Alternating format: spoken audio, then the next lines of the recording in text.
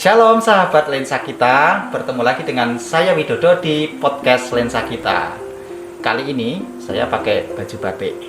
Bukan berarti karena saya akan menghadap pejabat. Tapi karena kita tahu tanggal 2 Oktober kemarin kita bersama-sama memperingati Hari Batik Nasional. Oleh sebab itu telah hadir di studio podcast lensa kita. Beliau adalah seorang bisnismen batik. Pastinya tahu banyak tentang aneka ragam batik. Nah, langsung saja kita sambut beliau, Pak Sugeng. Selamat datang Pak Sugeng. Shalom, terima kasih sekali telah mengundang saya. Iya, kami juga terima kasih sudah memenuhi undangan dari podcast lensa kita. Gimana Pak kabarnya? Luar biasa, Sehat, Pak. Ya. Nama kita itu nama yang baik Pak. Pak Sugeng, saya Widodo, Iya. itu kan ada satu kerinduan untuk kita itu selalu dalam kondisi yang baik-baik saja.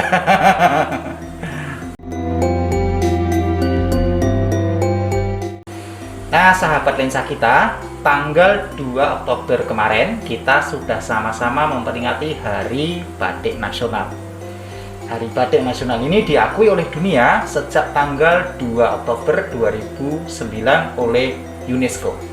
Diakui menjadi salah satu warisan budaya kemanusiaan dalam bidang budaya lisan dan bukan berbentuk benda.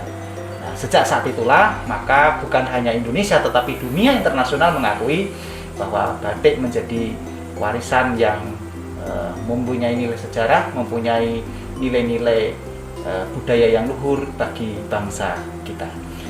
Nah, Pak Sugeng, kalau kita ngomongin soal Hari Batik, kira-kira ini Pak Sugeng kan setiap hari Iya. itu kan bergelut dengan batik gitu ya, betul. dari kota A ke kota B, betul ya Pak ya? Betul. Membawa batik. Nah, menurut Pak Sugeng kira-kira makna yang spesial atau adakah rasa kebanggaan ketika kita ini sedang mengenakan baju batik atau pakaian yang ada unsur batik? Oh ya, tentunya batik ya. Batik itu diciptakan pasti mempunyai makna dan filosofi sendiri. Ya. Ya. Oke. Seperti contoh kecil teruntum, motif teruntum ya. Itu menandakan cinta kasih, kesetiaan, dan biasanya dipakai orang tua untuk menikahkan anaknya. Oh, gitu. Itu ada berapa motif Pak kalau Banyak. banyak ya? Yang motif dasar aja parang. Parang itu motif dasar dari batik. Itu paling Dan lama itu ya? biasanya dipakai oleh raja-raja dan kesatria. Itu ada filosofi tidak pernah menyerah, dari pantang menyerah. Dari kata parang itu ya? Iya. Oh, oke. Seperti di kota kita ini ASN-nya kan pakai tiap Kamis batik ya. Itu kan kenapa dia pilih bawahnya mesti parang. Oh, Itu menimbulkan pekerja keras. Gitu loh. kalau sepinya gitu ya Pak ya? Iya. Oh, oke. Ya. Banyak lagi kalau ada itu seperti motif pisang-pisangan. Itu biasanya untuk dipakai menerima tamu agar tamu betah dan mau datang kembali. Ternyata memang ini ya, ada nilai-nilai yang terkandung di dalamnya ya, bukan hanya sekedar kita, apalagi untuk motif-motifnya itu pasti ada filosofinya ya Pak ya. Nah, lalu gimana sih pendapat Pak Sugeng tentang perkembangan batik dan budayanya sekarang ini? Dulu kan orang itu berpikir gini Pak, apalagi generasi saya ke bawah gitu ya, batik itu identik dengan orang tua. Iya. Kalau pakai batik itu adalah biasanya, ini orang tua mau pergi kondangan, jagong dan lain sebagainya. Lalu gimana Pak perkembangannya sekarang kan? Kita melihat anak-anak muda sudah mulai open dan mereka memakai batik, bahkan di sekolah-sekolah ada yang pakai seragam batik, di instansi-instansi baik swasta maupun pemerintahan itu. Kalau perkembangannya ke sini sangat pesat sekali Mas. Bahkan untuk era sekarang ini muncul motif-motif kontemporer. Oh ya? Iya. Contohnya, Jadi motif batik yang dipadukan dengan situasi sekarang ini gitu loh. Oh, gitu. Itu namanya kontemporer. Kontemporer. Di samping kita juga melestarikan motif pakem.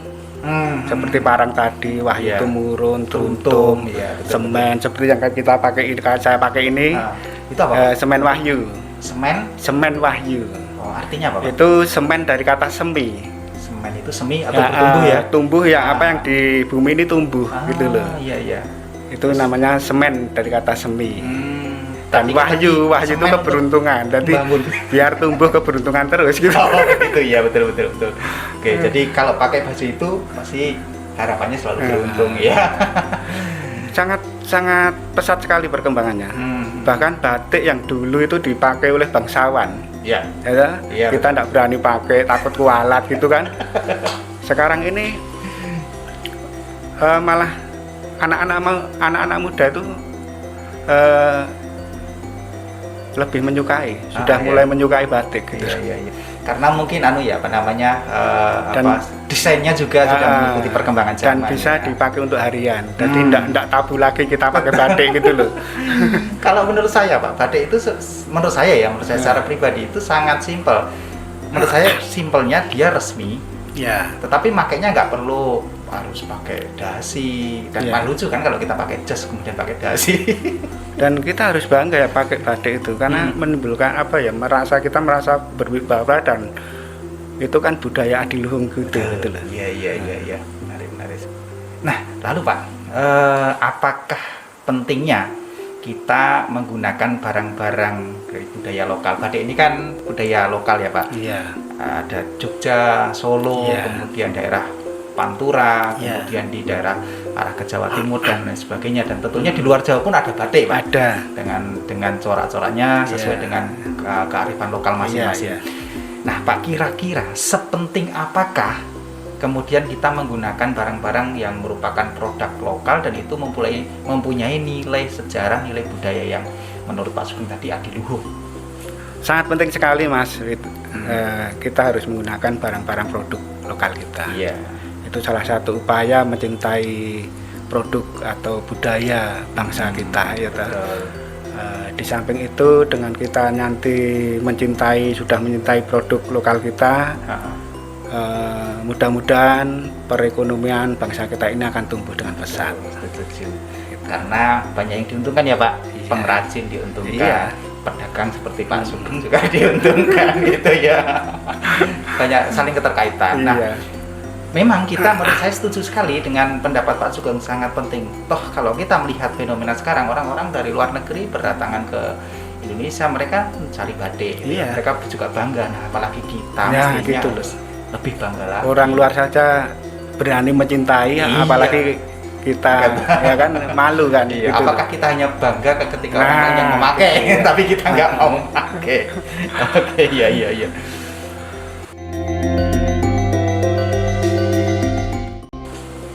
Nah, Pak Sugeng, kita juga akan melihat dalam teks firman Tuhan yang kita ambil dari 2 Tawarik pasal yang ke-7 ayat yang ke-6. Itu saya akan membacakan untuk kita semua. Para imam telah siap berdiri pada tempat mereka. Begitu pula orang-orang Lewi telah siap dengan alat-alat musik untuk memuliakan Tuhan, yakni alat-alat musik yang dibuat Raja Daud untuk mengiringi nyanyian syukur bagi Tuhan, bahwasanya untuk selama-lamanya kasih setianya. Setiap kali mereka ditugaskan Daud menyanyikan puji-pujian, dalam pada itu para imam berdiri berhadapan dengan mereka sambil meniup nafiri, sedang segenap orang Israel berdiri.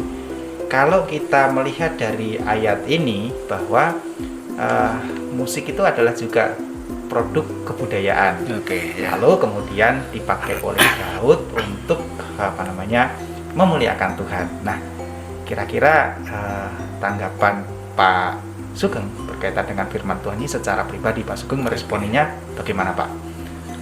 Dengan alat musik otomatis dia nguri-nguri budaya musik mereka, dan bagi mereka mungkin lebih mudah untuk menyampaikan pewartaan, dan sekaligus memupuk kecintaan budaya mereka. Tapi tentunya ada batasan-batasannya Pak ya, yang tidak bertentangan dengan firman Tuhan, ya kan? Nah, sama halnya tentunya dengan yang kita bicarakan ini adalah tentang batik itu ya. Batik itu kan adalah produk kebudayaan, produk budaya masa lalu bangsa kita. Betul. Dan kemudian kita juga bisa memakainya untuk kemuliaan Tuhan. Setuju tidak Pak kalau gitu? Kalau saya sangat setuju. Setuju ya. Itu salah satu juga melestarikan budaya. Jadi dapat dua-duanya Pak. Iya. Kita melestarikan budaya, kita juga memuliakan Tuhan. Tapi harus tadi ingat ya, Iya. garis bawahi bahwa Iya. ada batasan-batasan, artinya yang tidak bertentangan dengan firman Tuhan gitu ya. Oke, setuju. Berarti kita sependapat ini Pak. Setuju sekali. Oke, nah menurut Pak Sugeng, kita ini sebagai umat Kristen, umat yang percaya kepada Tuhan, nah apakah penting kemudian bagi kita untuk melestarikan budaya dan adat yang kita miliki untuk kemuliaan Tuhan? Sangat penting sekali itu, karena apa, itu rasa ungkapan kita Ya. sudah diciptakan sebagai makhluk yang mulia dan berbudaya. Gitu. Ya, jadi saya sih ini ingat dengan apa yang disampaikan Pak tadi, yang pertama bahwa dengan budaya yang ada, kemudian kita juga bisa mewartakan, ya, atau mewartakan kalau kita sebagai orang percaya mewartakan kasih Tuhan, betul. melalui budaya yang ada, gitu ya. Kalau Daud tadi melalui alat musik, kita juga bisa melalui batik yang kita pakai. Bisa. Bisa juga ya Pak ya. Bisa. Selain itu Pak, adakah cara lain agar kita bisa melestarikan kekayaan yang dimiliki oleh bangsa kita dan menggunakannya untuk kemuliaan Tuhan? Yang pertama kita harus punya sikap mencintai. Nah, setuju. Adat bangsa kita ini, budaya adat dan bangsa kita ini. Terus perkenalkan adat dan budaya bangsa ini ke generasi muda. Oh, ya. Kalau generasi muda kita sekarang ini tidak dikasih tahu dari sekarang, ini loh budaya kita, ini loh batik kita, gitu loh. Itu kan dia tidak akan mengerti. Betul. Salah satu caranya ya tadi ya, dengan memperingati Hari Batik. Iya. Kemudian kita mungkin ada cara lain Pak. Harus memakai batik setiap hari apa? Itu kalau saya kok kita pakai batik itu tidak harus menunggu hari batik, gitu loh. Iya, setuju. Seperti gereja kita ini sebetulnya bisa memelopori lah untuk mencintai kebudayaan, termasuk batik kan, tinggalan Adiluhung kan. Iya. Itu mungkin bisa kita pakai batik di minggu keberapa misalkan. Gitu ya. Itu kan juga salah satu kita ikut serta ya, mempromosikan gitu juga ya, mencintai juga ya. Sekaligus bisa untuk memuliakan Tuhan. Setuju. Jadi masukan untuk Bapak Ibu majelis dan hamba Tuhan, jadi pakai batik pas ibadah itu bukan hanya di hari batik saja. Mungkin bisa dijadwalkan ya. Minggu keberapa kita harus pakai batik gitu kan. Misalnya di minggu kelima gitu ya, setiap minggu kelima semua dihimbau untuk berbatik. Ini ide yang bagus itu.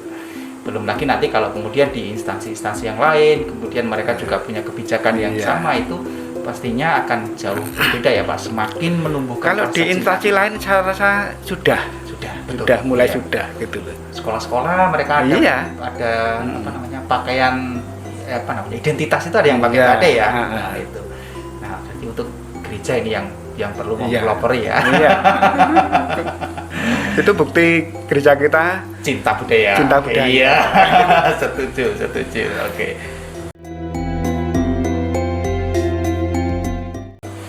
Nah, Pak Sugeng, saya itu sudah lama pakai baju batik, termasuk batik yang saya kenakan saat ini.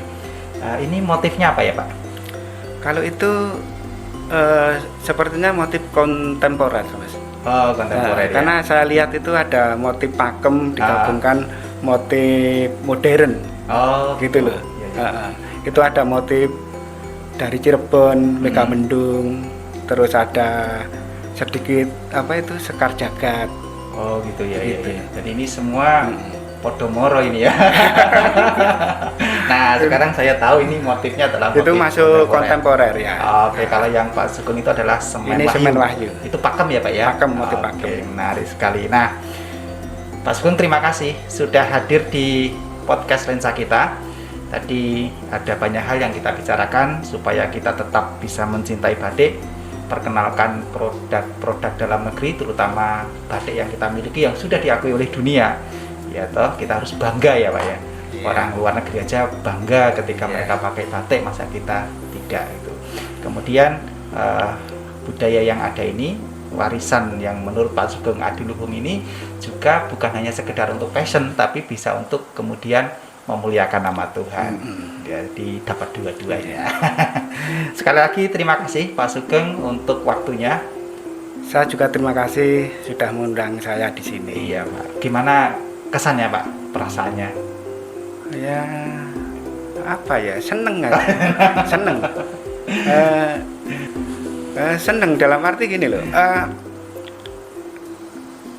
perlu diteruskan acara kayak gini nih, gitu loh. Keren, sip. Karena apa? Saya mengamati dari YouTube itu mulai kesininya itu sudah enak, obrolannya sudah enak gitu loh, tidak kaku. Nah, terus gini, gini, bagus ya. terus narasumbernya juga kan kalau bisa diambil dari luar, misalkan siap. dari gereja sebelah apa. Sebelah nggak ada gereja Pak. Oke sahabat lensa kita sudah sampai di penghujung episode kali ini. Jangan lupa untuk terus mengikuti podcast lensa kita yang akan tayang setiap hari Jumat pukul 18.30 WIB di channel YouTube IKMI Solo serta di Spotify lensa kita. Jangan lupa juga untuk tetap mengikuti protokol kesehatan yang masih tetap diberlakukan supaya kita tetap terlindungi, orang-orang yang ada di sekitar kita tetap terlindungi. Sampai jumpa di episode berikutnya dan Tuhan Yesus memberkati.